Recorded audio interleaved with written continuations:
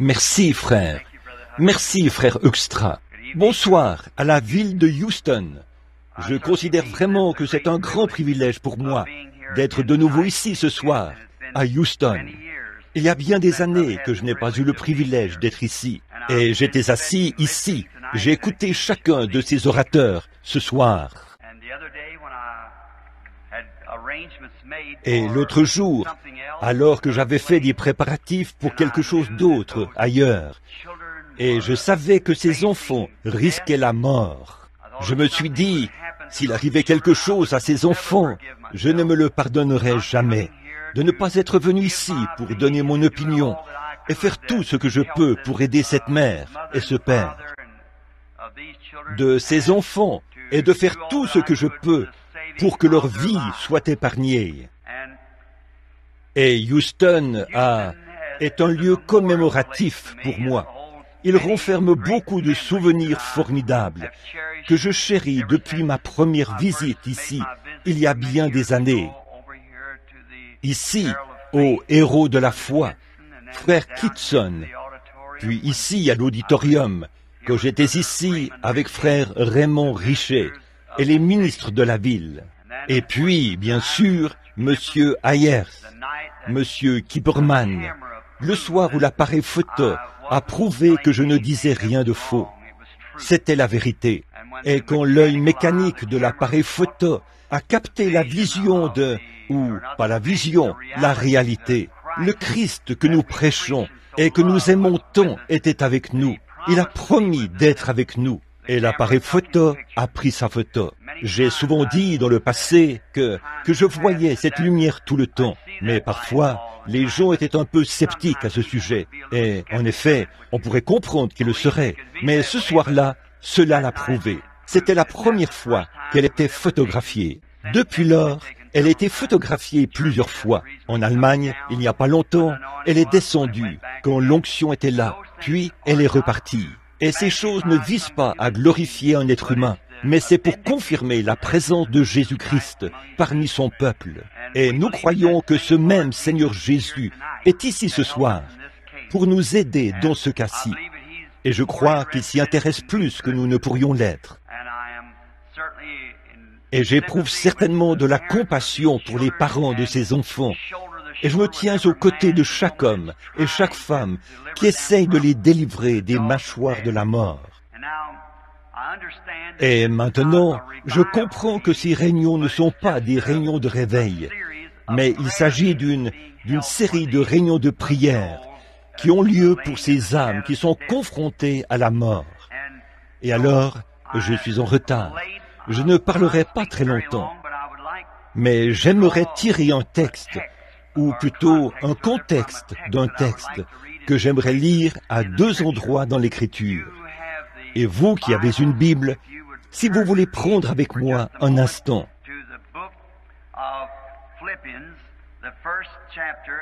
L'Épître aux Philippiens, au chapitre 1, et le verset 20 du chapitre 1 de Philippiens. Selon mes fermes attentes et mon espérance que je n'aurai honte de rien. Mais maintenant, comme toujours, Christ sera glorifié dans mon corps avec une pleine assurance, soit ma vie, soit ma mort. Puis aussi dans le livre des Actes, au chapitre 2, le verset 30. Je vais peut-être lire du verset 25 au verset 30. Car David dit de lui, « Car je voyais constamment le Seigneur devant moi, parce qu'il est à ma droite, afin que je ne sois point ébranlé. Aussi mon cœur est dans la joie, et ma langue dans l'allégresse, et même ma chair reposera avec espérance. Car je n'abandonnerai pas mon âme dans le séjour des morts, et je ne permettrai pas que ton sein voie la corruption. Tu m'as fait connaître le sentier de la vie. Tu me rempliras de joie par ta présence. Hommes, frères, qu'il me soit permis de vous dire librement au sujet du patriarche David qu'il est mort, qu'il a été enseveli et que son sépulcre existe encore aujourd'hui parmi nous.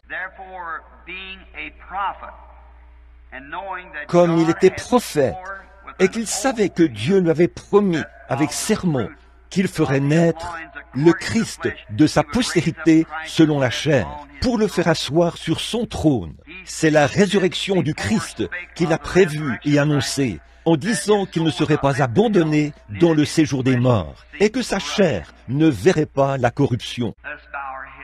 Courbons la tête un instant pour prier.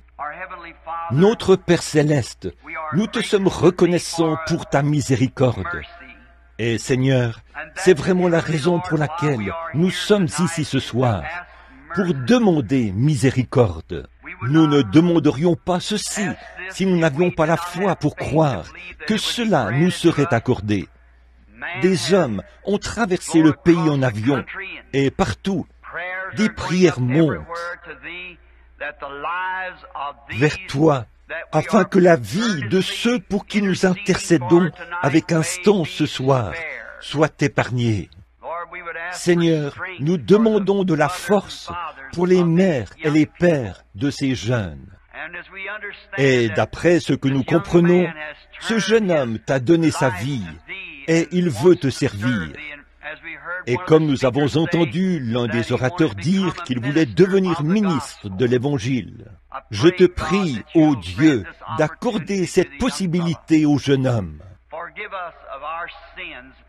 Pardonne-nous nos péchés, purifie nos cœurs des mauvaises pensées et de tout obstacle devant nous qui empêcherait notre prière pour ces gens d'être exaucés.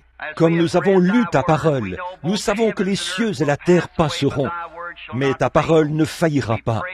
Nous te prions de nous donner, par le Saint-Esprit, le contexte qu'il faudrait, qui serait ta volonté divine dans ce cas-ci.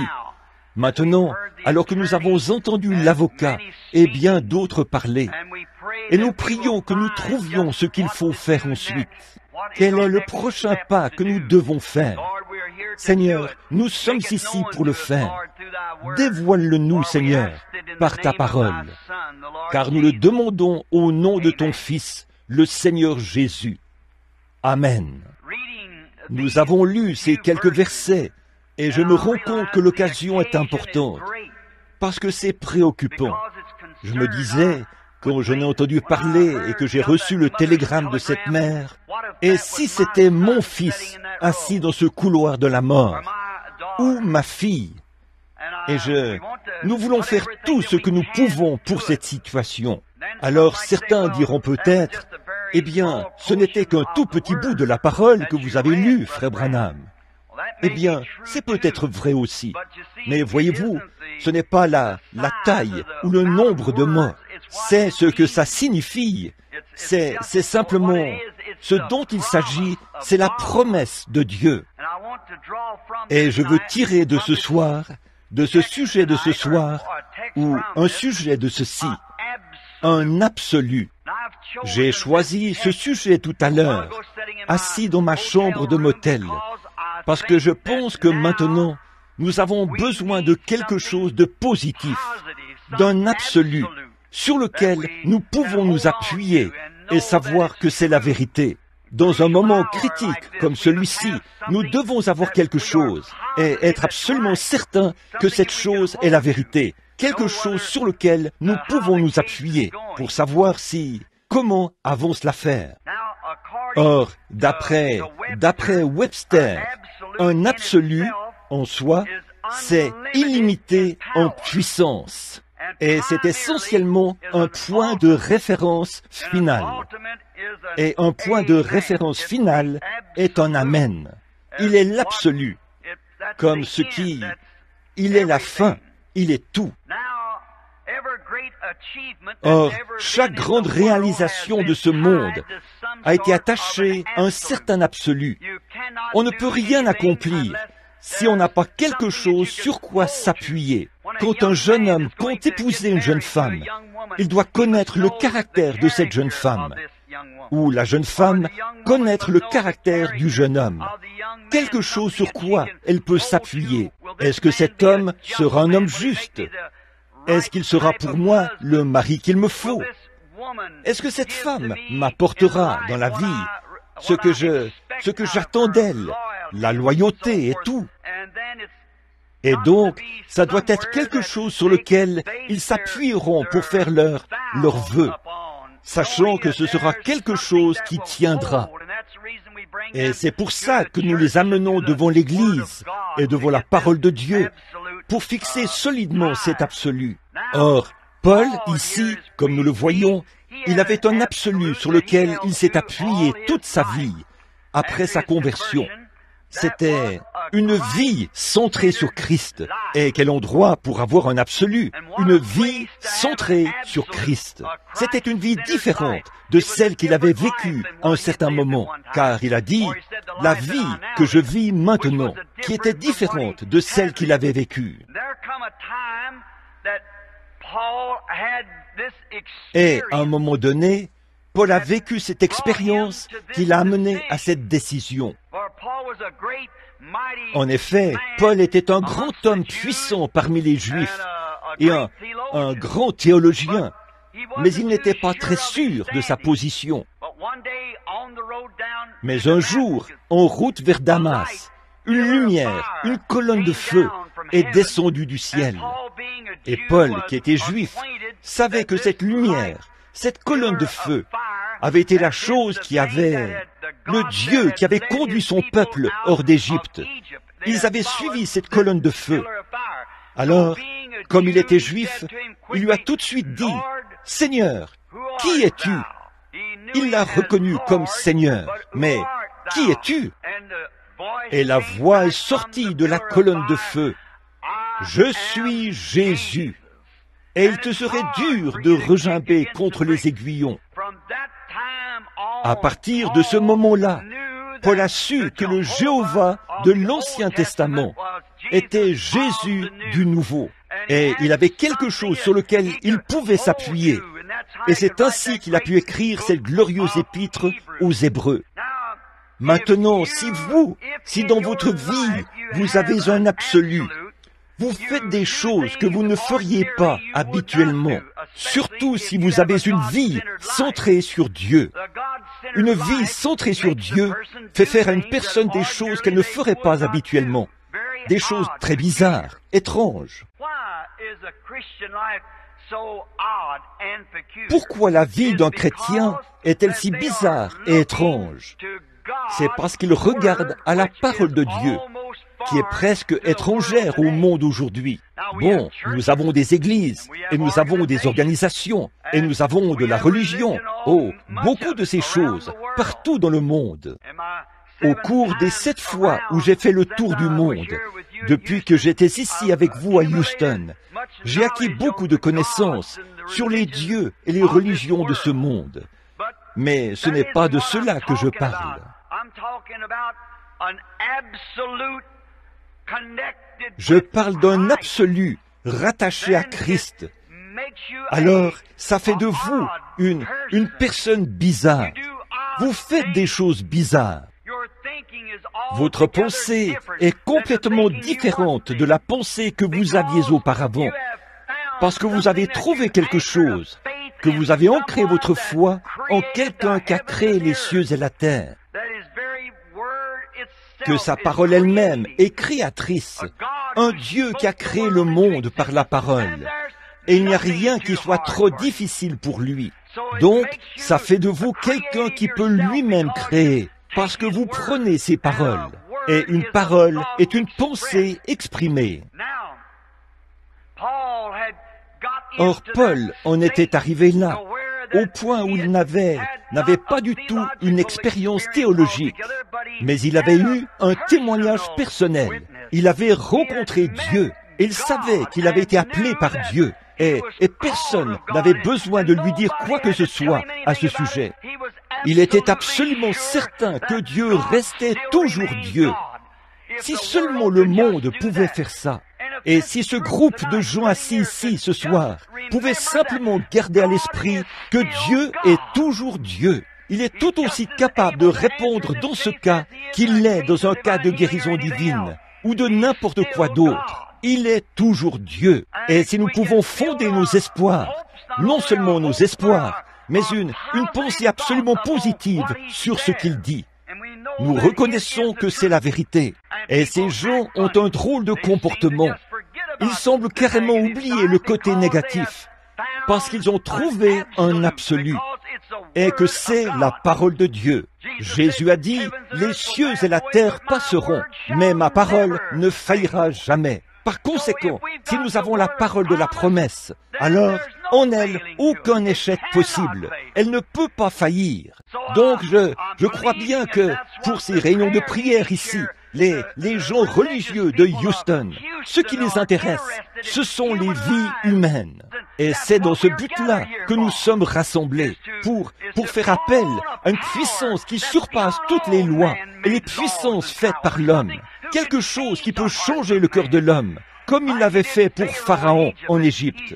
Il est Dieu. Alors, il nous faut maintenant cesser de regarder le côté négatif et nous mettre à regarder le côté positif. Et avant de pouvoir avoir la foi, vous devez avoir quelque chose en quoi avoir la foi. Et sur quoi d'autre pouvez-vous appuyer votre foi que sur la parole du Dieu vivant, sur ce qui a été créé, sur les puissances du Tout-Puissant? En quoi d'autre pourrions-nous mettre nos espoirs? Par conséquent, cela vous donne une apparence différente, un comportement différent. Vous vous attendez à ce que Dieu accomplisse sa promesse. Et quand des difficultés surgissent, comme celles que nous avons maintenant, c'est une ancre. C'est quelque chose qui vous tient, quelque chose auquel vous êtes attaché. C'est une promesse à laquelle nous avons été attachés. C'est la parole de Dieu. Tout comme l'encre est l'absolu pour le navire, à l'heure de la tempête. Le navire peut naviguer sur la mer. L'encre est à l'avant, elle est suspendue là. Vous qui êtes ici à Houston, si près de la mer, vous voyez arriver les bateaux. Et pourquoi porter l'énorme supplément de poids de cette grande ancre puissante? Mais voyez-vous, quand les tempêtes arrivent, les tempêtes déchaînées qui soulèvent la mer et qui pourraient jeter le navire sur la rive quelque part et l'écraser ou le renverser dans les eaux peu profondes, il s'avance dans l'eau profonde et il fait descendre cette grande ancre énorme qui est faite de telle manière qu'au fond de la mer, elle traînera jusqu'à ce qu'elle s'accroche au sommet d'une montagne invisible.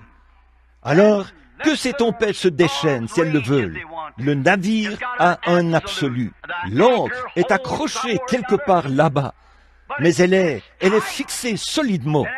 Et le navire, alors que les vagues se dressent autour du navire, il a un absolu, parce qu'il est attaché. Et c'est ainsi qu'est l'homme quand il est attaché à Christ et à sa parole, et qu'il la croit. Il y a là un absolu, quelque chose qui le retient. Un absolu, c'est comme l'étoile polaire quand vous êtes perdu. Quand vous êtes perdu, que vous ne savez pas quelle direction prendre et que vous voulez retrouver votre chemin, l'étoile polaire est un absolu.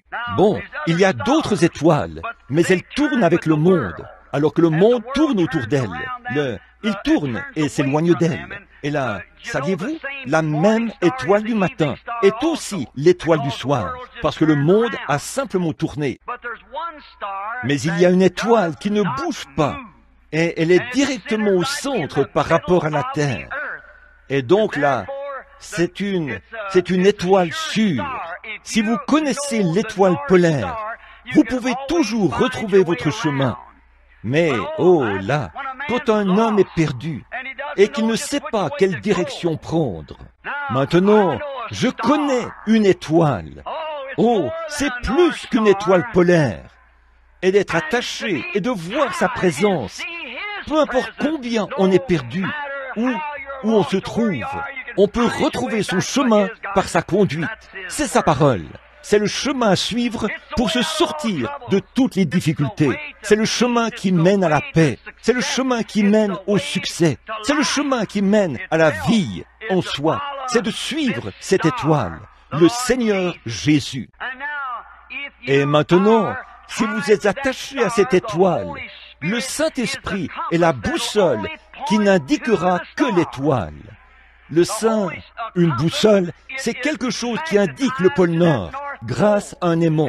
Et le seul moyen, peu importe combien vous vous trouvez dans les profondeurs de la jungle, ou combien les fourrés sont épais autour de vous, ou combien il y a de brouillard sur la mer. Cette aiguille de la boussole, vous pouvez la tourner comme bon vous semble. Elle va pivoter pour revenir exactement là et indiquer l'étoile polaire. Et quand nous avons des ennuis et que nous mettons notre confiance en Christ, une chose est certaine, le Saint-Esprit nous indiquera la parole qui nous guidera vers l'étoile polaire et nous apporter tout ce dont nous avons besoin.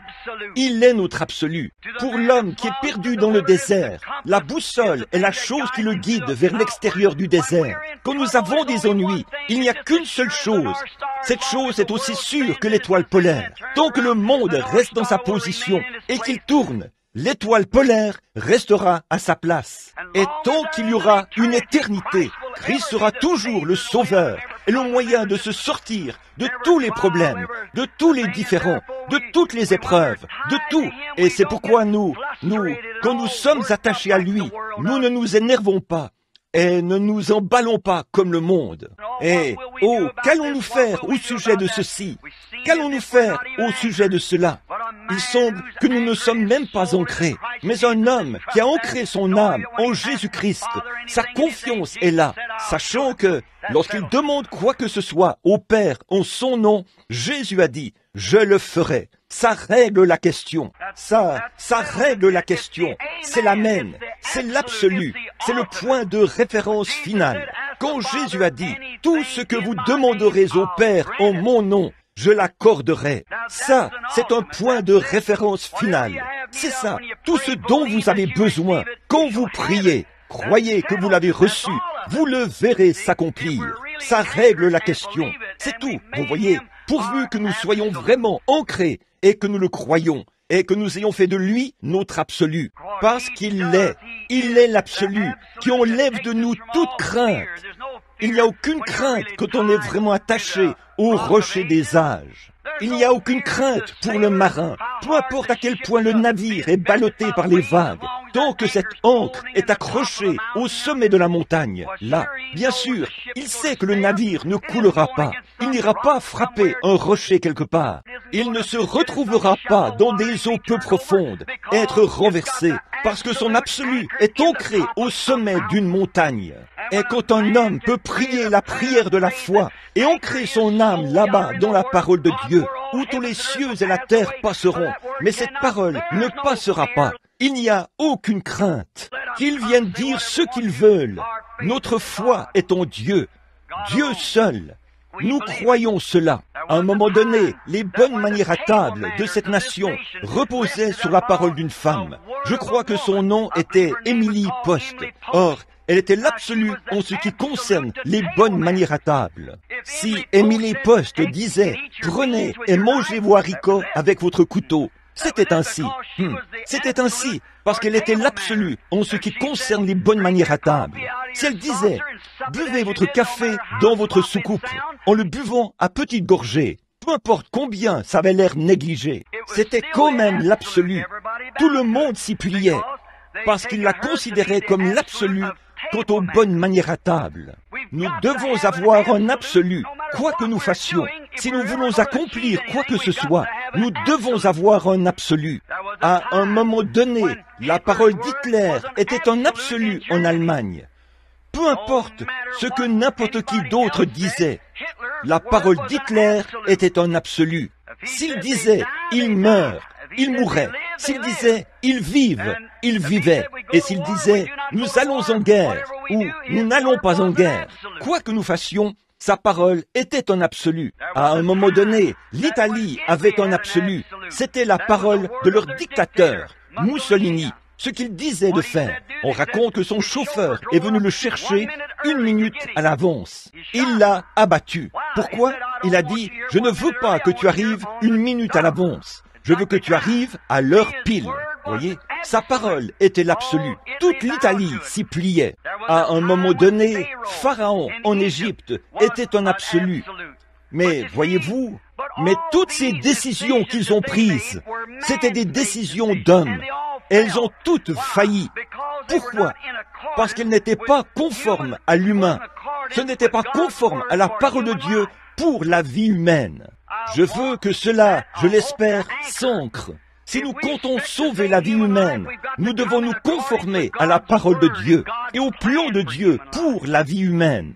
Et le seul moyen pour vous de trouver ceci, c'est de le trouver dans sa parole et d'y croire. Bon, donc, si Pharaon, j'étais en Égypte il n'y a pas longtemps, et je pense qu'ils ont dû creuser 6 mètres dans le sol pour trouver le trône où était assis Pharaon en tant que roi de la terre. Et les grands Hérode et ainsi de suite qui sont passés au fil du temps, nous voyons que le royaume sont tombés et qu'ils ont disparu. Mais il y a un royaume qui est au-dessus de tous les royaumes. Il est tellement haut dans les cieux qu'il ne passera jamais.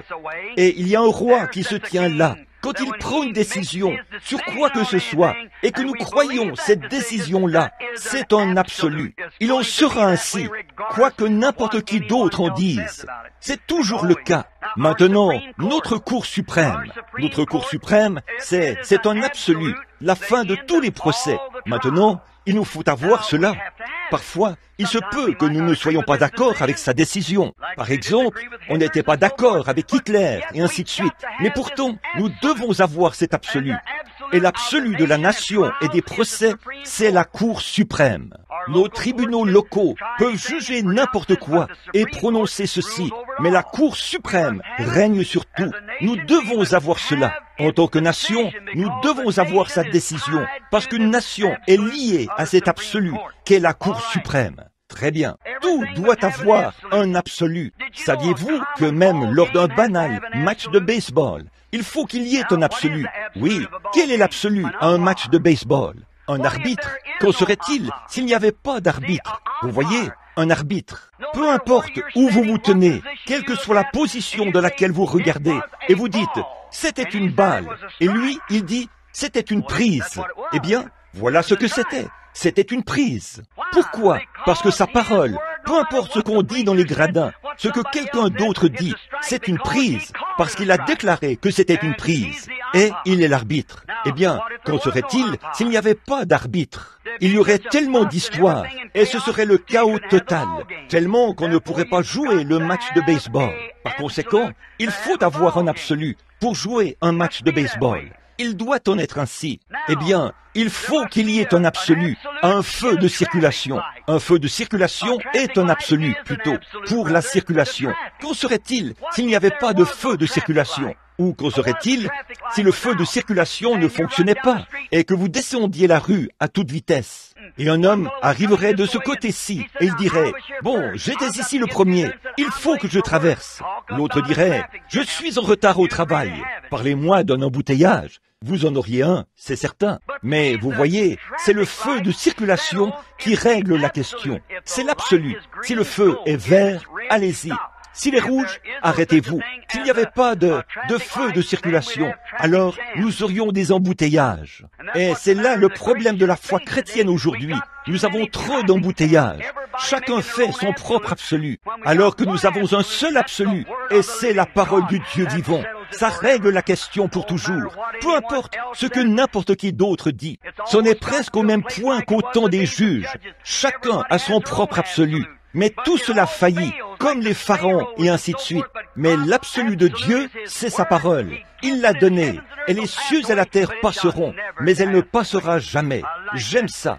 Maintenant, nous n'avons pas beaucoup de temps. Alors prenons quelques instants pour parler de quelques personnes qui ont été dans une situation critique et des moments où la mort était proche, comme la situation devant laquelle nous nous trouvons ici ce soir. Et ils ont pris un absolu. Ayons un entretien avec quelques-uns d'entre eux. Reprenons une vieille histoire que nous connaissons tous, à l'époque où le péché abondait dans le monde, au point que Dieu en avait assez, et le monde allait être détruit. Et Dieu a donné un absolu à Noé. C'était sa parole. Et peu importe, cet absolu, c'était pour le salut des gens. Noé savait que le monde allait mourir. Et Dieu lui a donné l'absolu, et c'était sa parole, là, pour sauver son peuple de la mort. Maintenant, quel était l'absolu pour sauver les gens de la mort à l'époque de Noé? C'était la parole de Dieu. C'était l'absolu, peu importe ce que n'importe qui d'autre disait. ce que la science disait. Il n'y a pas de pluie là-haut. Nous pouvons atteindre la Lune avec nos instruments. Il n'y a pas de pluie là-bas. Comment pourrait-il y avoir de la pluie qui tombe? Si Dieu a dit qu'il tomberait de la pluie, Dieu peut mettre de la pluie dans les cieux, s'il l'a dit. Noé vaquait à ses occupations, serein, et il préparait une arche pour le salut des gens. En effet, il y avait un absolu qui avait été donné aux gens. Ils seraient sauvés s'ils suivaient la voie pourvue par Dieu. C'est absolu. Alors parfois, après que nous avons accepté l'absolu, j'aimerais dire ceci à cause des parents de ces enfants, ce que je veux vous dire dans un instant. Maintenant, si, parfois, quand nous l'avons accepté, nous sommes mis à l'épreuve pour voir si nous y croyons vraiment. Dieu fait généralement cela.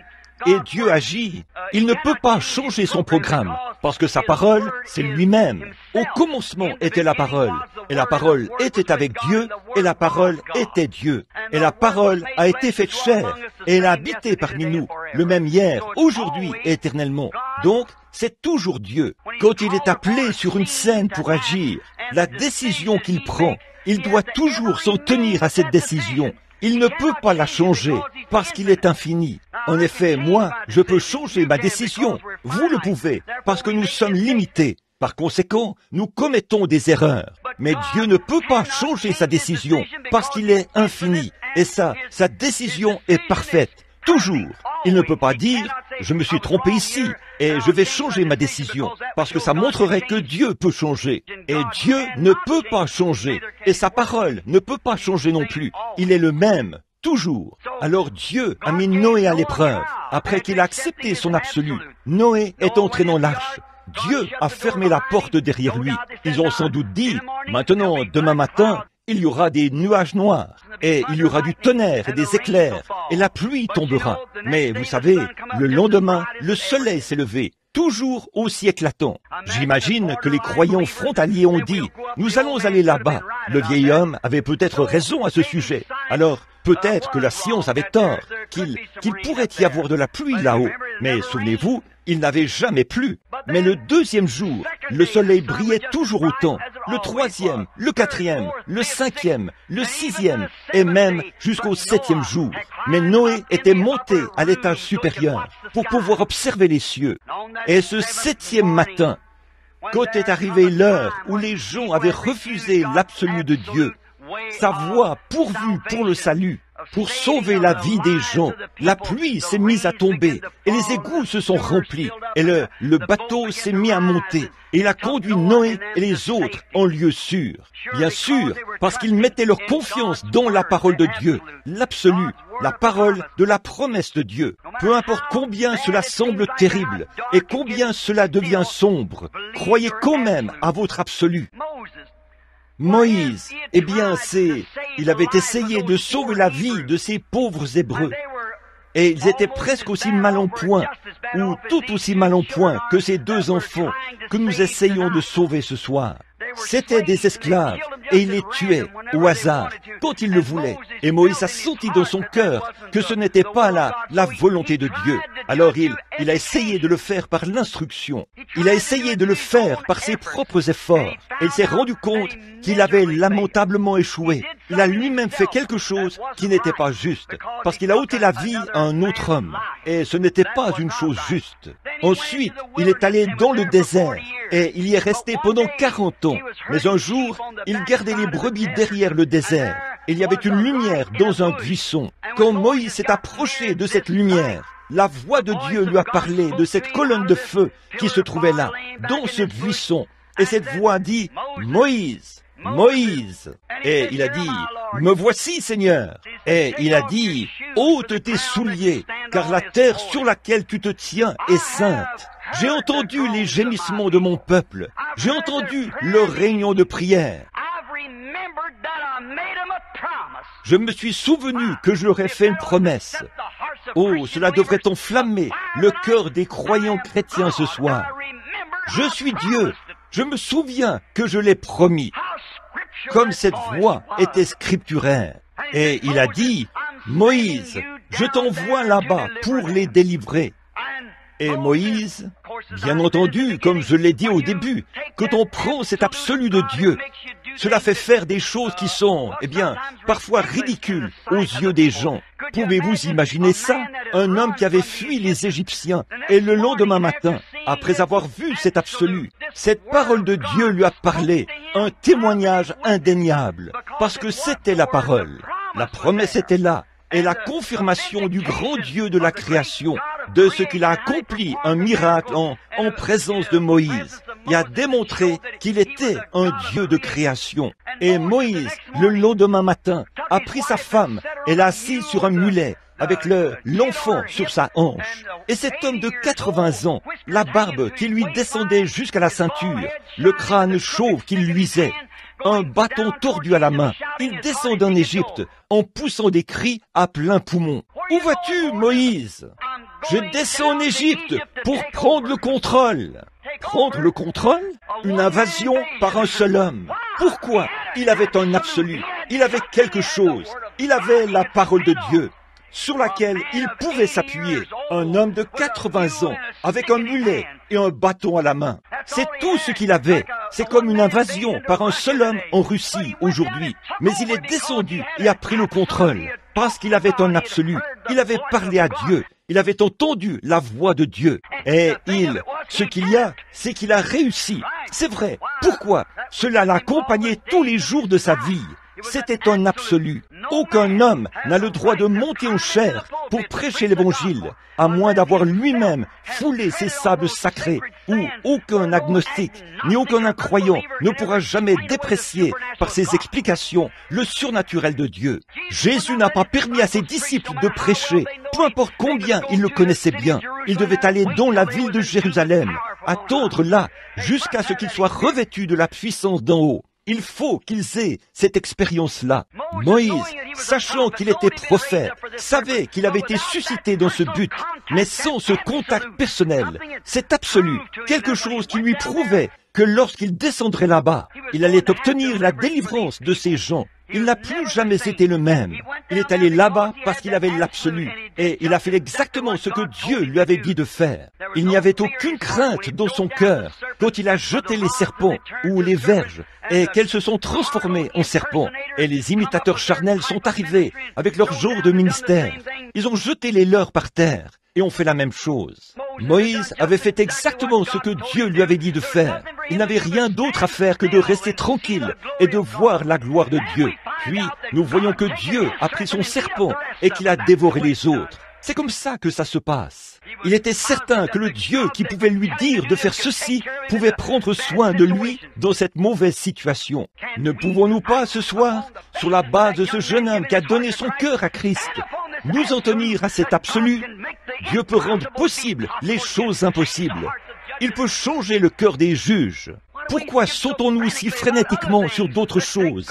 Prenons Dieu premièrement. Ramenez cela à la promesse. Dieu l'a promis qu'il le ferait. Alors souvenez-vous, Moïse a toujours été une personne différente parce qu'il a pris la parole de Dieu et qu'il y a cru.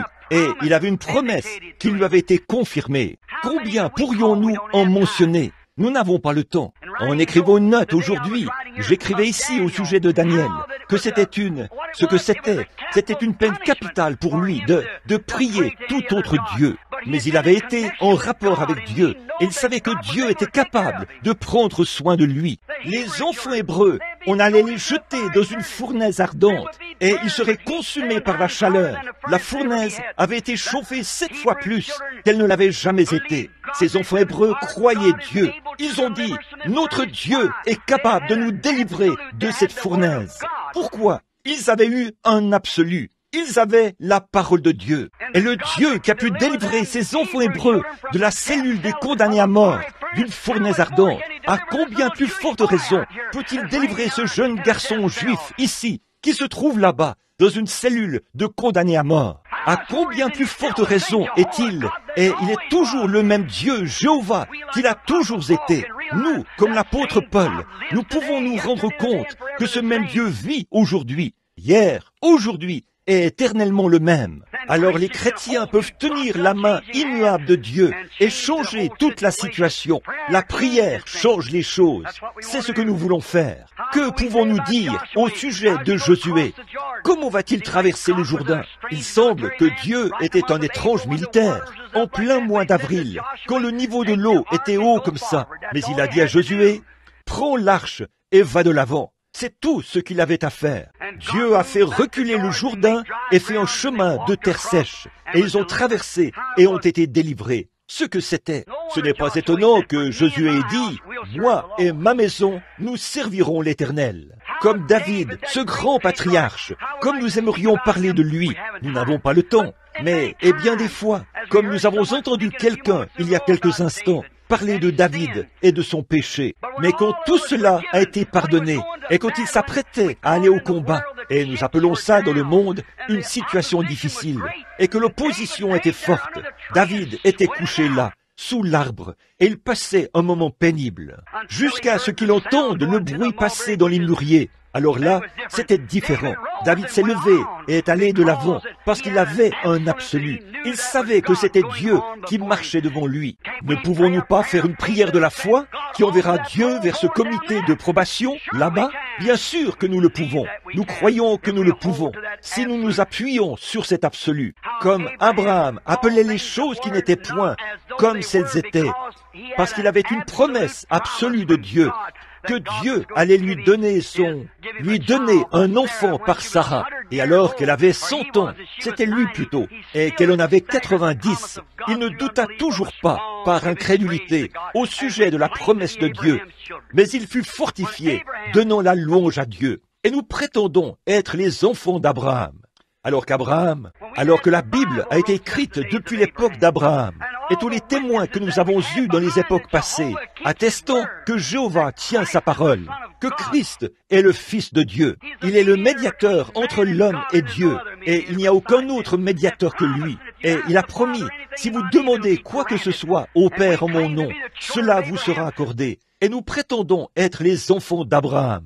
Alors que Abraham appelait les choses qui étaient comme si elles n'étaient pas, parce qu'il croyait Dieu. Absolument, je le crois de tout mon cœur. La vie de Paul, centrée sur Christ, était son absolu. Ça l'a attaché. Christ était l'absolu de la résurrection, comme nous le lisons ici. Il a dit, Dieu a promis avec serment à David qu'il n'abandonnerait pas son âme dans le séjour des morts.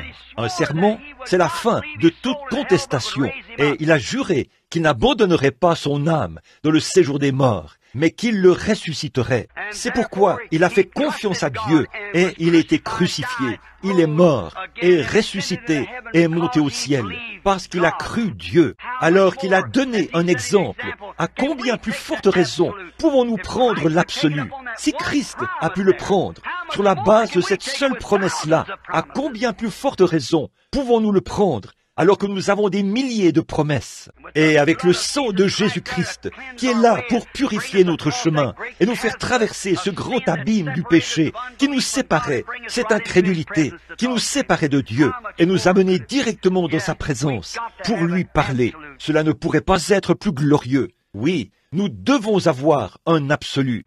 Je pense à quelqu'un en ce moment, en terminant, ce serait George Washington. Quand l'Amérique était jeune et que nous luttions pour la vie de cette grande nation que nous avons, George Washington était un chrétien, il était un croyant. Et là-bas, à Valley Forge, on m'a dit que les soldats américains qu'environ le tiers d'entre eux avaient des chaussures aux pieds. Et l'hiver était froid, il faisait bien au-dessous de zéro. La rivière était gelée et débordait. Les Britanniques étaient de l'autre côté. Et la vie de cette petite nation était en jeu. Qu'est-ce qu'il a fait? Il était un chrétien. Il est sorti pendant la nuit et s'est agenouillé dans la neige. Et il a prié, si bien qu'il était trempé jusqu'à la ceinture à cause de la neige. Il est resté là et a prié jusqu'à ce qu'il ait obtenu l'absolu, la réponse de Dieu, que Dieu allait lui donner la victoire.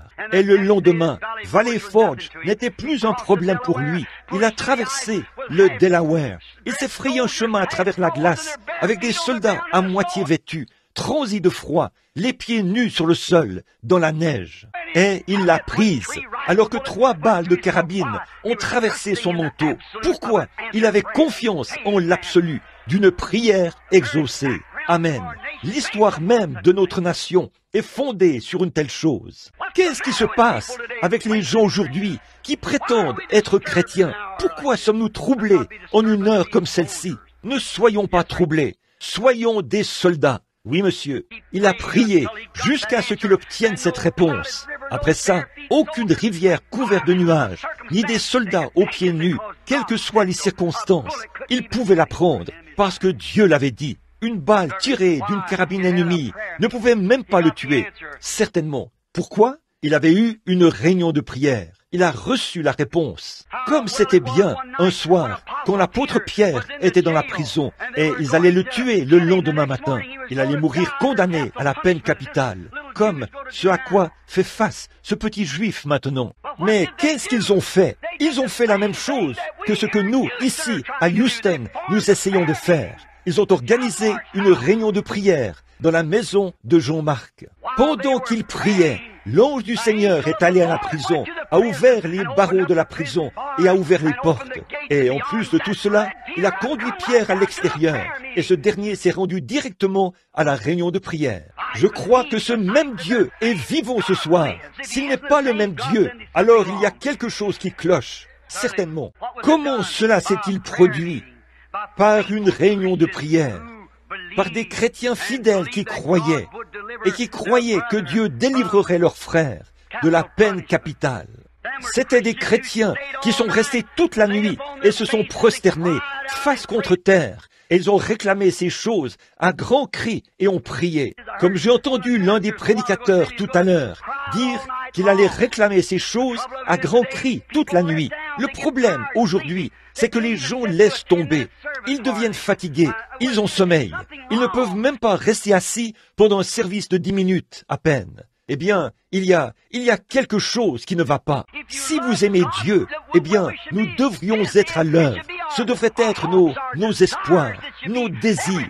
Ça devrait l'être. Tout ce qui est en nous devrait être dans l'amour de Christ. Amen. Nous restons là, tellement paresseux. Nous restons là, tellement indifférents, alors que le monde se meurt sous nos pieds. C'est vrai, des hommes, leur vie s'éteint sans Dieu, et nous restons là, tellement indifférents à ce sujet. Tant que nous appartenons à l'Église, c'est tout ce qui fera la différence, selon nous. Je parlais de la venue de Christ il y a quelques semaines, dans une certaine église. Et après, quelqu'un est venu me voir à l'arrière de l'église, et il a dit, « Frère Branham, vous faites complètement paniquer les gens. » J'ai dit, « Pourquoi est-ce que je ferais ça ?» Il a dit, « Eh bien, vous parlez de la venue de Christ.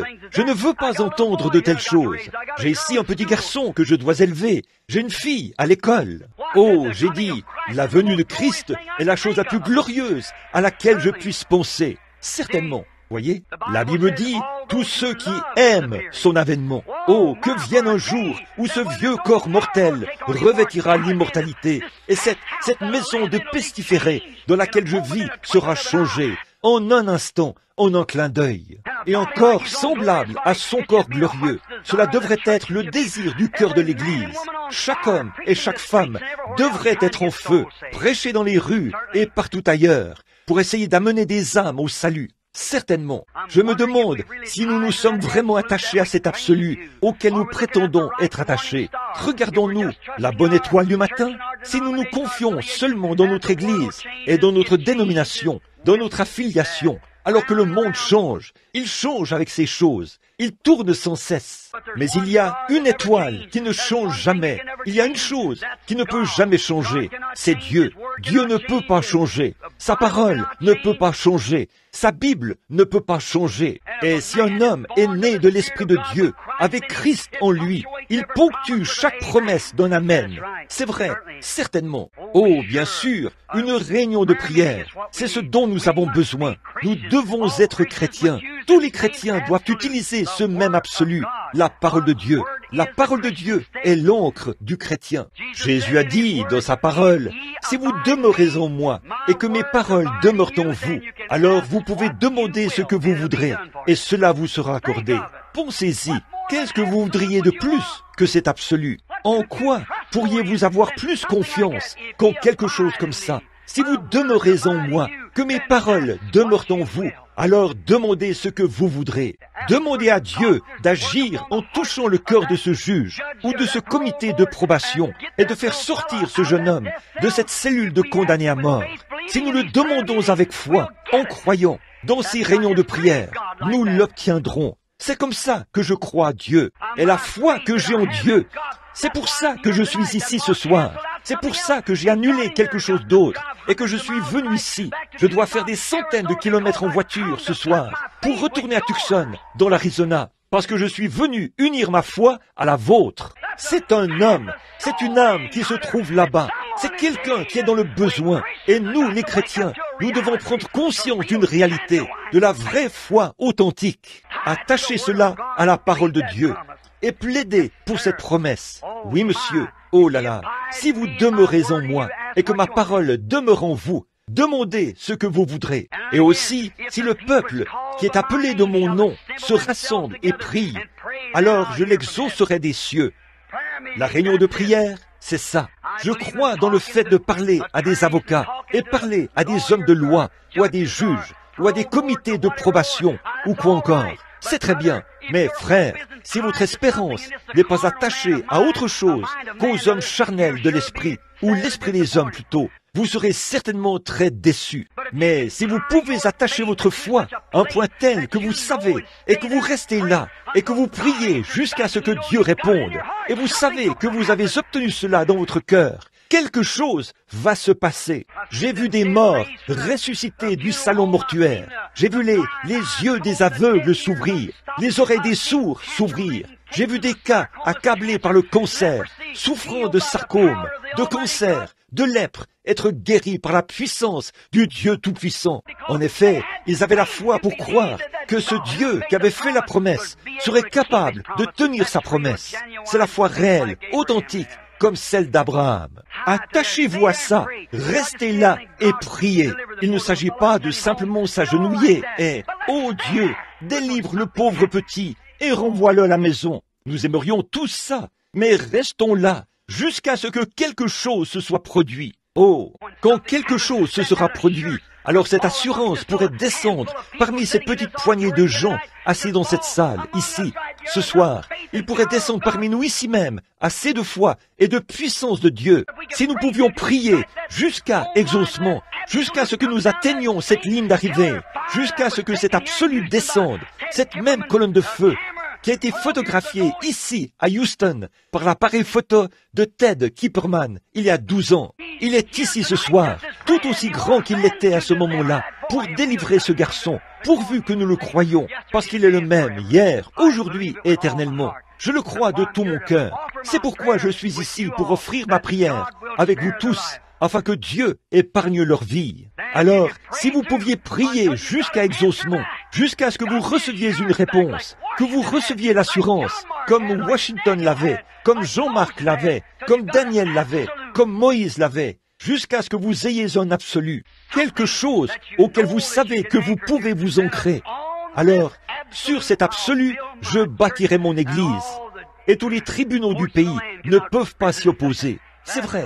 Sur cela, le Dieu même qui a pu prendre un petit juif au nez crochu comme Paul, en colère, et qui s'en allait là-bas pour faire mourir tous les chrétiens en les condamnant à la peine capitale, et qu'il a pu le changer et faire de lui un chrétien aimable. Ce même Dieu vit ce soir. Il peut changer la loi en grâce chaque fois qu'il a l'idée de le faire. Alléluia! Vous allez me traiter d'exalté de toute façon. Alors, je suis aussi bien d'aller de l'avant avec ceci maintenant. Je crois ce Dieu-là. Amen. Oui, monsieur. Ensuite, Marc 11, 22. Quand vous avez prié jusqu'à exaucement, il a dit, en vérité, je vous le dis, ayez foi en Dieu. Je vous le dis, si vous dites à cette montagne, ôte-toi de là, quand vous obtenez cet absolu, quand vous êtes loin de cet esprit, qui est au-delà de tout contrôle scientifique, tout là-bas, avant qu'il y ait un atome ou une molécule, celui qui a tout créé par la parole, quand votre âme est ancrée à cela, rien ne peut l'arrêter. C'est vrai. Dites à cette montagne, ôte-toi de là, et ne doutez pas dans votre cœur, mais croyez que ce que vous avez dit arrivera. Vous le verrez s'accomplir. Si ce n'est pas là un absolu sur lequel s'appuyer, certainement, ça l'est. C'est vrai, un absolu. Or, la nation a l'absolu. Votre vie de famille a un absolu. Partout, si on veut accomplir quoi que ce soit, il faut qu'il y ait un absolu. Nous apprécions cet avocat. Nous apprécions, tous les autres hommes. Cet excellent aumônier, ici, de la Californie. Et quel merveilleux message. Et notre frère, qui a essayé de récolter l'argent et tout, pour essayer d'aider cette pauvre femme. Et ses enfants, pour les délivrer. C'est très bien, nous apprécions ça, et je suis pour ça. Mais il y a une chose au-delà de cela, mes amis. Alors que nous terminons cette réunion ce soir, nous devons attacher cela à un absolu, une réunion de prière devant Dieu, qui enverra la délivrance par le même Dieu Jéhovah. Il est tout autant Dieu ce soir qu'il l'était alors. Alléluia! Le croyez-vous? Alors, levons-nous et ce soir, faisons une réunion de prière ici, jusqu'à ce qu'un absolu se produise. Levons les mains devant Dieu, priez jusqu'à ce que vous fassiez mouche, jusqu'à ce qu'un absolu descende dans votre cœur. Seigneur Dieu, envoie ton Saint-Esprit là-bas, et envoie et libère ces enfants là-bas, Seigneur. Ils se trouvent là-bas, dans les régions des ombres de la mort. Quelque chose est sur le point d'arriver, Seigneur. Et nous prions que le feu s'allumera par ces réunions de prière. Je te crois, Seigneur. Je l'accepte et je crois que tu délivreras ces enfants. Accorde-le, Dieu Tout-Puissant. Nous, ton Église, nous le demandons par Jésus-Christ. Amen.